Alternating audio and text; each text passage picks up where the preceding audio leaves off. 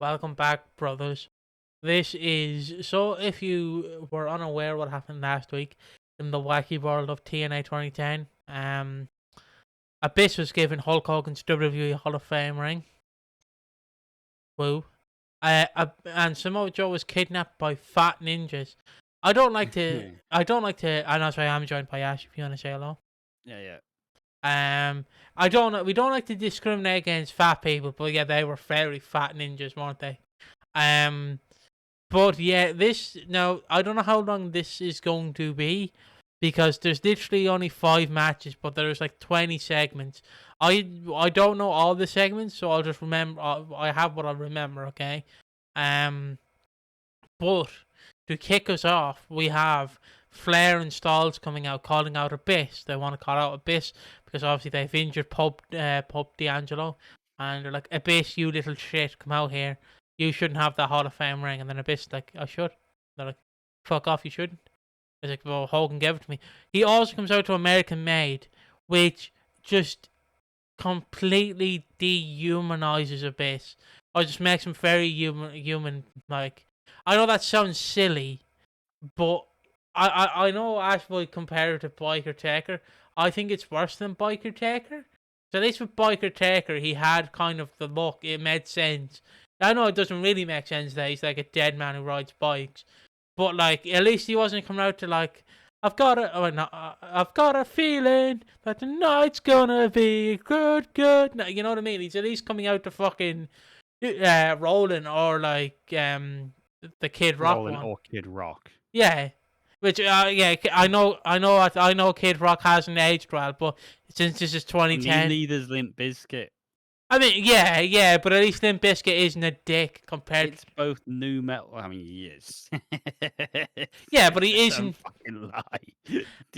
Fred Durst, for fuck's sake. But no, you know what I mean. Compared to Kid Rock, Oh, he, yeah. Kid Rock's a different level of scum. yeah.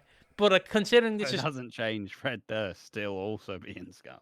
but like since this is 2010, nothing really bad has happened. But like I know it's new metal, but it still kind of works for the character because he's a fucking biker.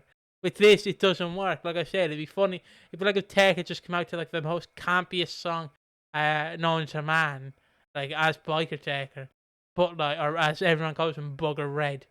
Um, but yeah, this just winds me up because if you don't know, I'm also simultaneously while watching 2010 TNA, I'm watching 2006 TNA because I remember vaguely watching TNA 2006 reruns on Challenge.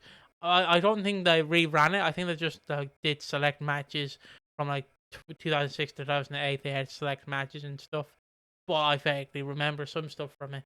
So I'm watching TNA 2006, and in it, and just to like, because I will mention TNA 2006 if some things align, like that can kind of make sense to talk about it. In 2006, you have James Mitchell just like speaking for Abyss, basically saying like the doomsday is coming, the end will be near, you all will feel the wrath of Abyss, and then you have Abyss going, he's doing that, and I know I did a horrible job of it, but at least it works. In this one, he's coming out here and he's going, "What you gonna do, brother? What you gonna do? Abyssomania's running wild. Hogan gave me this ring, brother. I'm gonna fuck you up, brother." Like it's just like, no, just why? Why did we have to do this to Abyss? Like it's just it's genuinely so sad. Like. Like and you can tell Hogan and Bischoff are like when the show is over, and obviously to do the meetings with Dixie, you can tell they're in the room with Russo and Dixie, and they're like, "Man, we fucking love this. We love this Abyss. The way Abyss is going, we fucking love it. I think it's great." And then obviously everyone's like, "Yeah, I agree." But yeah, what do you think of him coming out to America Made? I think it just ruins the It, character. it's just so stupid, isn't it? It's just really stupid. Like, Abyss is. I'm pretty sure Abyss up to this point comes from parts unknown. Hmm. So, who get like obviously him being from America has never been a part of his character. So, I don't know what. Obviously, you know what they're thinking. they're obviously going, yeah, I'm gonna make you Hulk Hogan 2.0.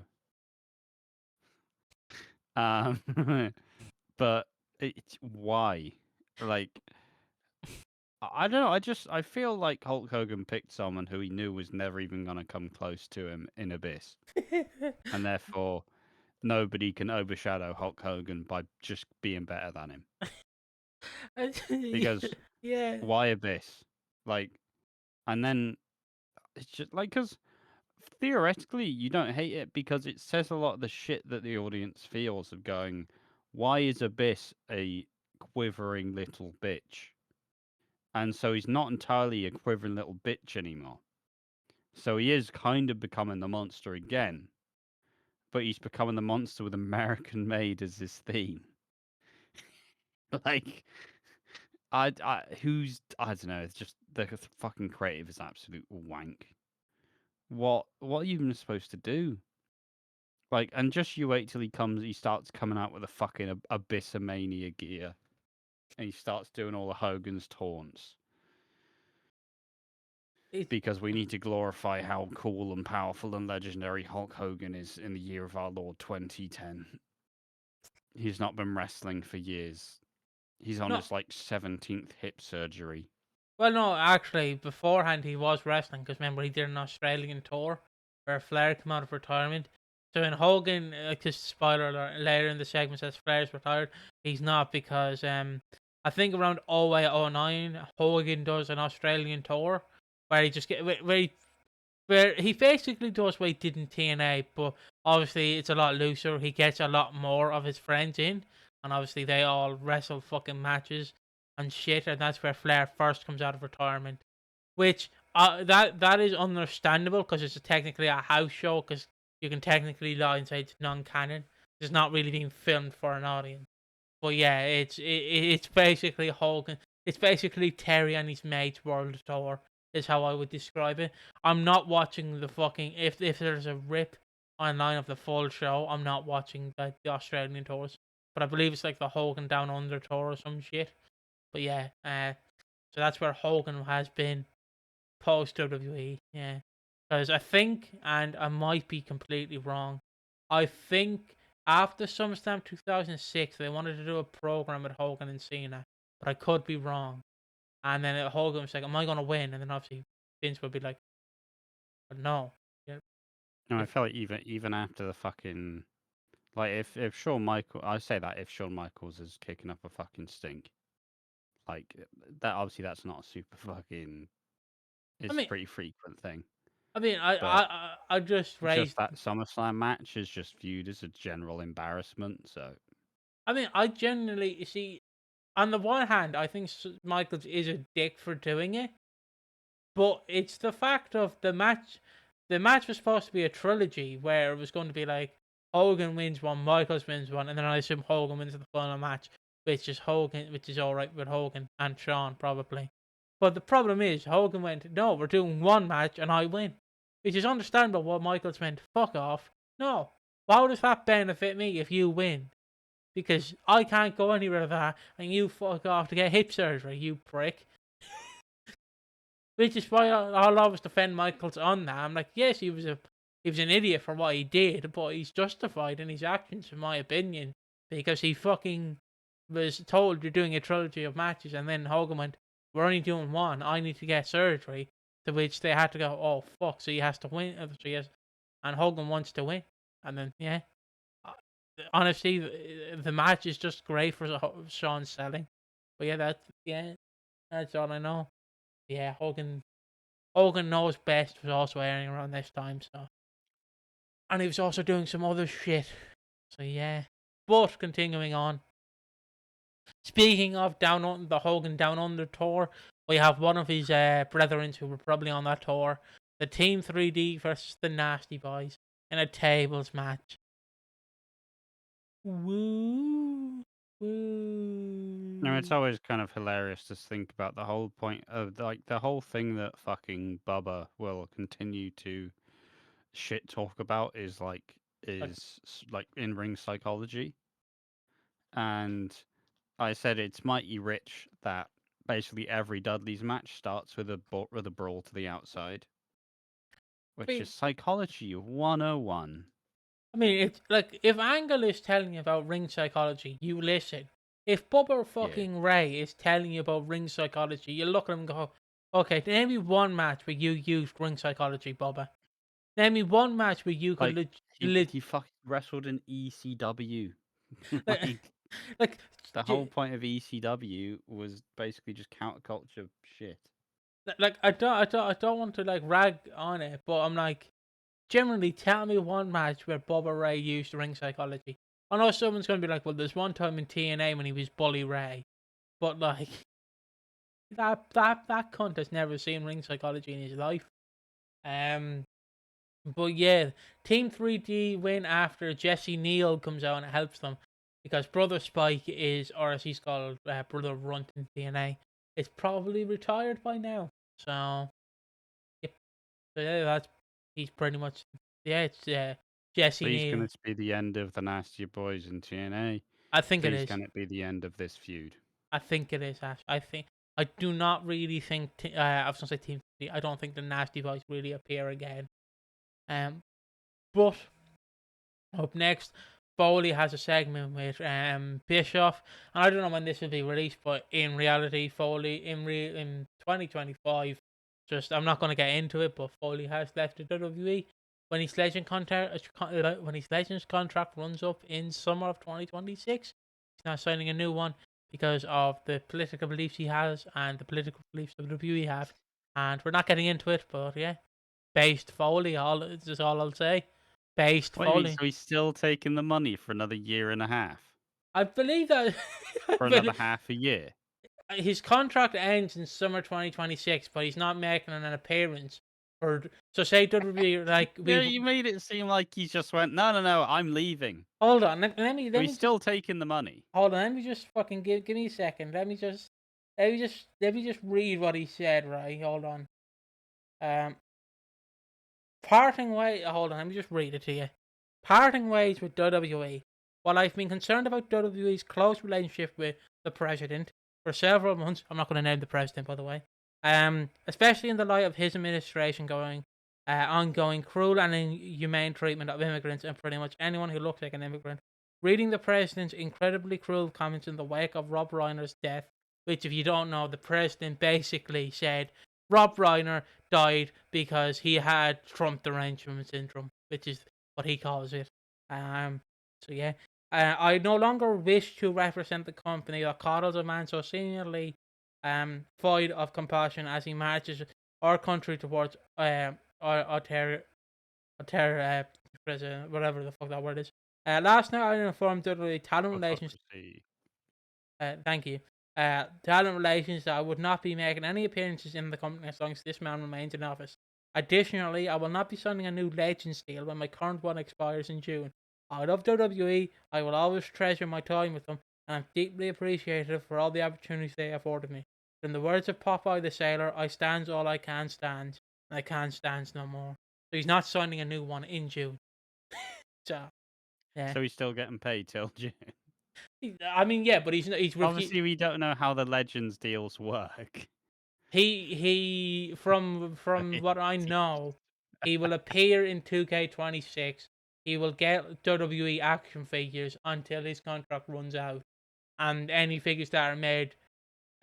So say when he leaves in June, say there's already a figure that's planned to be released in like December 2026. That figure will more than likely still be released, and he'll still get royalties for it. And I believe with a Legends deal, they can have you appear, but he's refusing to appear. So say that like we need you in Toronto to like do this. He'll go fuck off. I'm not doing it because of your moral, and he won't appear. But he will probably still get paid till June. So, but he will probably do like independent meet and greets and shit because he doesn't want to be part of the company. Yeah, they're just from what I know, I don't really know how a Legends deal really works. I just know that it helps. It makes it easier for you to Yeah, get. it's just merchandising, get Yeah. you in the games, royalties. But he will still get royalties for like if they use archival footage of like if they use like the top 20 Raw is War moments from 1999, and it's him. You'll still probably get royalties and shit. But yeah, it's just based Foley though. But he's still probably getting paid till June. So yeah. I'm making a stand. I will not be taking a single penny from WWE until they can't pay me anymore. Like you made it sound like you just went no more, no more. But of course he's keeping the money. Look, I mean, I will commend him for taking a stand. That is cool. Not many people take the money off the table, but he's also not taking the money off the table. So it's I'm Foley. making a stand. My silence will be paid for the next 6 months. Sound. But yeah, it's just. But he's still like not many wrestlers would do it, and I don't think. I think he will be the only one. I think he is literally. I mean, it's a very stark reminder that. I mean, look. At the end of the day,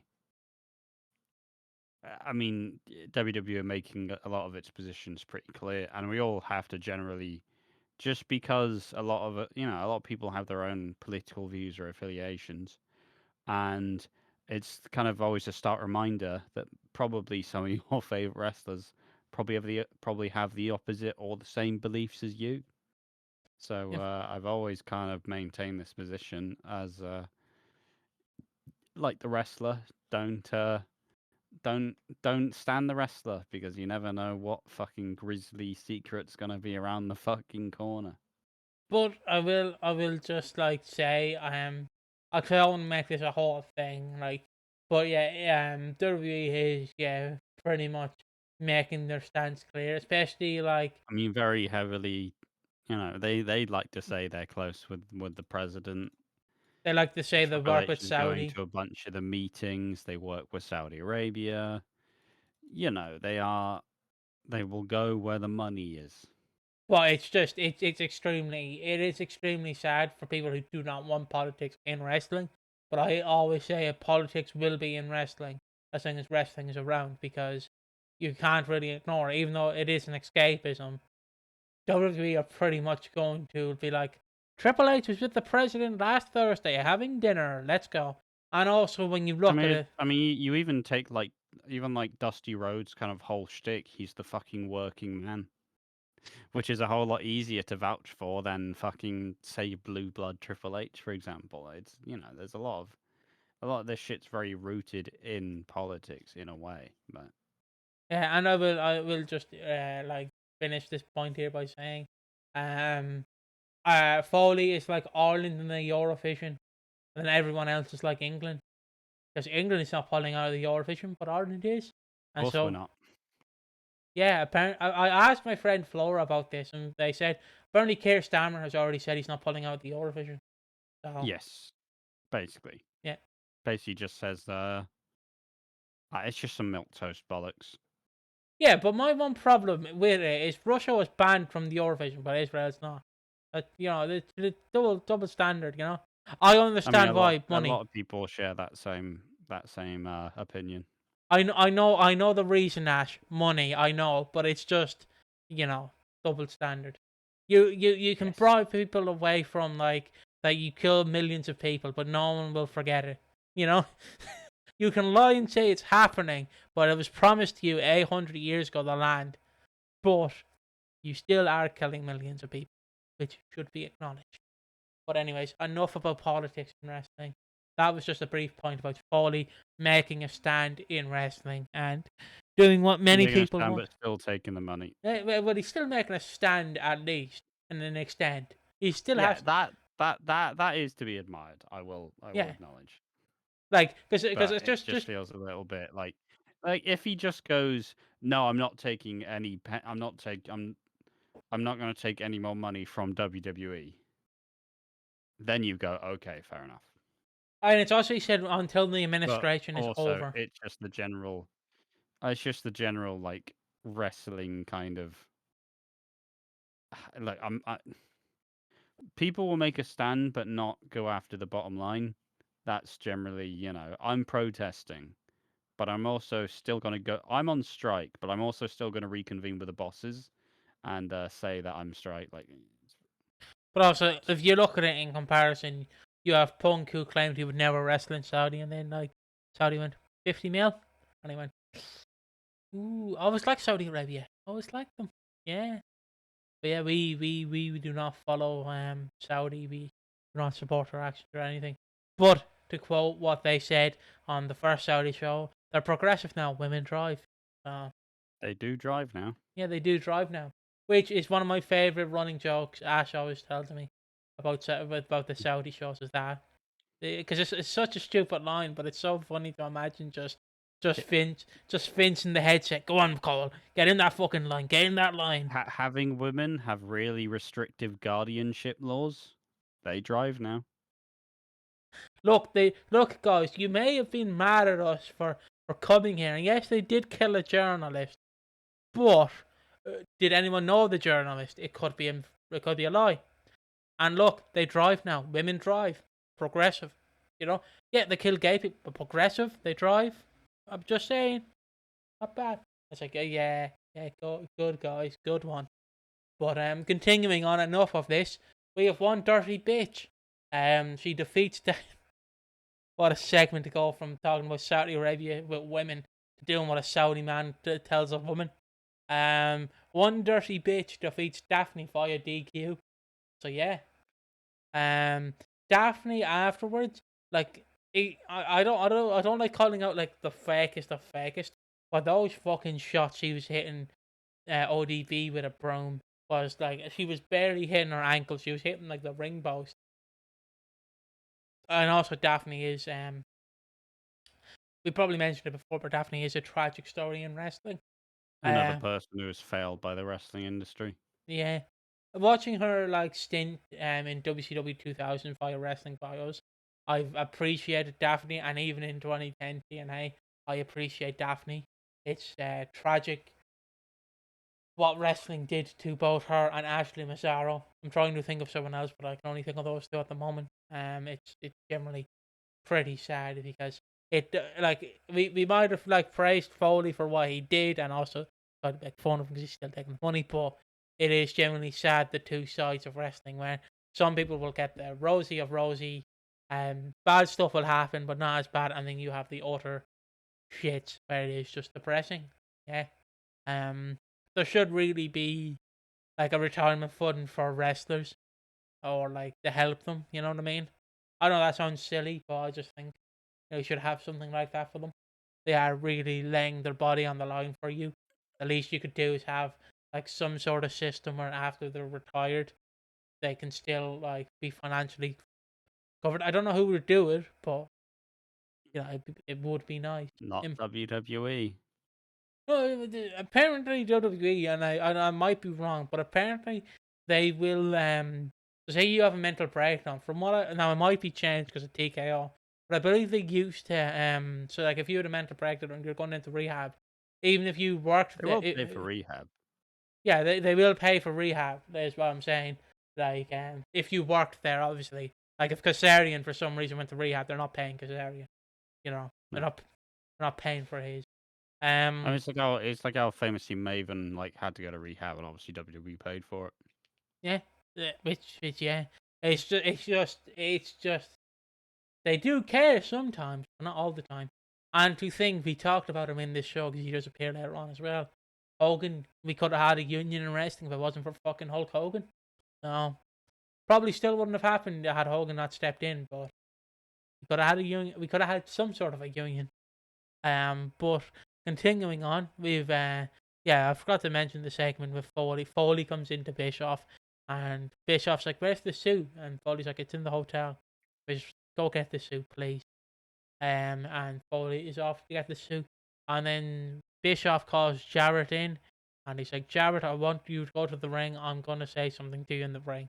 And then we go to that in a minute, and then Eric Young and Kevin Nash are saying we're ready for a fight, and then we see them putting on wrist tape to get ready for the fight against the band, and then we go to Bischoff and Jarrett in the ring, and Bischoff's like, yeah, you're great, man. You're a great man, Jarrett. Get me his music, get him everything, wah woo, wah woo.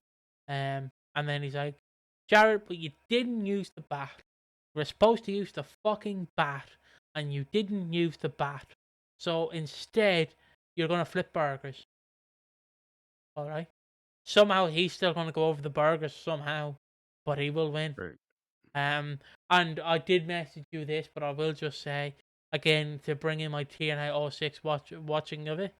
I watched Against All Odds, right? And fucking Jeff Jarrett fought Christian, and I swear to God, 10 minutes in, ref bump, stroke off the top rope, interference, and I'm like, Roman, I know you're not gonna thank him, Roman. You better thank Jeff Jarrett for that match structure. You fucking took that match structure and ran with it. Like, if you don't know, the Bloodline is essentially a Jeff Jarrett match, like the Bloodline match. Like, ref bump, interference, fake out spot where he's gonna win, where the heel's gonna win. Oh, he's not gonna win. Oh, a guitar shot. Pin him. Oh, sneak. What was I gonna say? Kick out. Face wins or heel wins. Yeah, that's basically Jarrett. He did 2 ref bumps, and then a fucking Christian came out and hit him with I think he hit him with the guitar, and then he locked in the kill switch. He hit him with the kill switch. So yeah, or the unprettier. Which is yeah. So yeah, he basically tells Jarrett to flip burgers, and then we later on see Jarrett flip burgers. But continuing on, we have the X Division title where Kazarian takes on Brian Kendrick and defeats him. Number 1 contenders. Yeah, number 1 contenders match. So Kazarian is the number 1 contender for the X Division title against Doug Williams. Yes. That is going to be something. Doug Williams is underrated. It's nice seeing him. He had a better career than he probably had any right to. Let's be honest. Was he in WWE and WCW, or is that someone else? No. Who's the one who teamed with William Regal? Or am I thinking of? That's Dave Taylor. Oh, that's Dave Taylor. Oh, sorry. I thought it was Doug Williams for some reason. No. But also on this show, I forgot to mention in the very opening segment, we see Abyss flexing his ring before we go to the intro. He's showing like the Generation Me, Macho Lethal, and Jeremy Borash, the ring. Also, Beer Money cut a segment, and Beer Money say, "We will win back those titles," and then he comes out. Do you want to hit the pose, Ash? Want to hit the pose first? No. Okay. But he comes out, and Hernandez comes out after Matt Morgan said they're on the same page. Hernandez would have done what he did, so that means Hernandez is not turning on him, but Matt Morgan is going to turn on him. And Hernandez says, "If you want a match, you get a match at Destination X," and that is it. And then Matt Morgan's like, "Well, fuck you. I want to. Why didn't you tell me?" And then he's like, "Yeah, but you said we'll take on all the up and comers." And then Mr. Anderson cuts a promo saying he is going to win the Global Championship against Rob Terry. And then we go to that match. Anderson cuts a promo saying that the dog tags he was given was by a Vietnamese soldier, because obviously let's harken on history here. Vietnam War, Vietnam War was the 60s. I think I'm thinking of the Iraqi War. That's what I'm thinking of. And he's like, yeah. And then Angle basically rises up and whacks him with a chair. He rises up from the entrance tunnel, because Angle does that like Rey Mysterio, except for when he jumps out of it. He does that kind of Cody Rhodes, Rey Mysterio, like elevator ramp entrance. Yeah. And then Rob Terry basically grabs Anderson, brings him into the ring, power slams him, and wins. And beforehand, Rob Terry meets Magnus, and Magnus was like, "Don't bite the hand that feeds you." And then, can you please do what Rob Terry says? I don't even know what you fucking said. He says something like garbled Welsh bollocks, really. Yeah, he just says, "Don't tell me what to do, lad." I don't know if that's Indian, but he basically says, "Don't tell me what to do." And I think I've caught all the segments, and then we go to the backstage where Hall and X-Pac or Sean Waldman are outside waiting for Nash and Kevin Young. Nash and Eric Young. Yeah, and Eric Young starts battering X-Pac, and we don't see Hall hitting Nash with the pipe, so I'm led to believe he didn't hit him. And Nash does the Peter Griffin as everyone's beating up Eric Young, and Eric Young is left on the ground. Just clutching his knee. Yeah, it's old Nash. He's doing the Peter Griffin. And then in the main event, Abyss defeats Desmond Wolf. I don't know whether that was by DQ. No, he just actually defeats him. Okay. No, he just black hole slams him. Yeah, and then after the match, fuck, give me a second.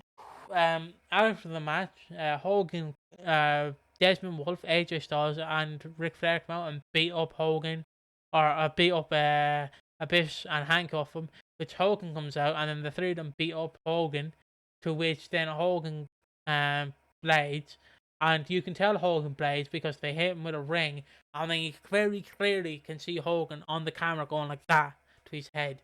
Hogan is a it's so right. The one I know Hogan's a racist, but the one thing in wrestling about Hogan that always pissed me off, you can blatantly see when he wants to blade, because there's that famous clip in WCW that everyone knows that I've sent probably millions of times, where he does the blade to his head and then is hit with the chair. But you can very clearly also see here when he's hit with the belt, he very clearly blades, which fucking wound me up. I'm like, why would you? Could you not be more discreet, Hogan? Like. There's like make it look a bit more real, but you can very clearly see where he's just like, eh. And then obviously Flair punches him in the head, and then Hogan says, "All right, Flair, you're coming out of retirement. He already did, and you're fighting me and Abyss, and so are you, Styles. So fuck you, Styles. You're fighting Abyss as well, and you're fighting me. So yeah, March 8th. Woo. Your thoughts? Just, I mean, this show is pretty rough. It was all segments, no real interesting matches. Most of the matches we watched were matches we've seen. The matches that we hadn't seen were interference heavy. I like the progression of Angle and Anderson. I still think Mr. Anderson's probably the most interesting like TNA prospect at this point in time. I don't give a single shit about watching Hogan and Flair wrestle. But it was, it was inevitable. It was inevitable that they were going to put them in the ring together. But it's just kind of it's kind of the who's who of like, okay, what segment is someone going to get 40 grand for, where they're just going to argue with Eric Bischoff? Jarrett's doing it, Foley's doing it, everybody else is doing it, and it's just all kind of feels the same. It's just kind of Groundhog Day. Hopefully, finally, once you move to Monday, then they'll actually move forward with the fucking, like, with the plans and not just keep doing the same shit. Same goes with Eric Young and Hall, the Eric Young and Nash versus the band.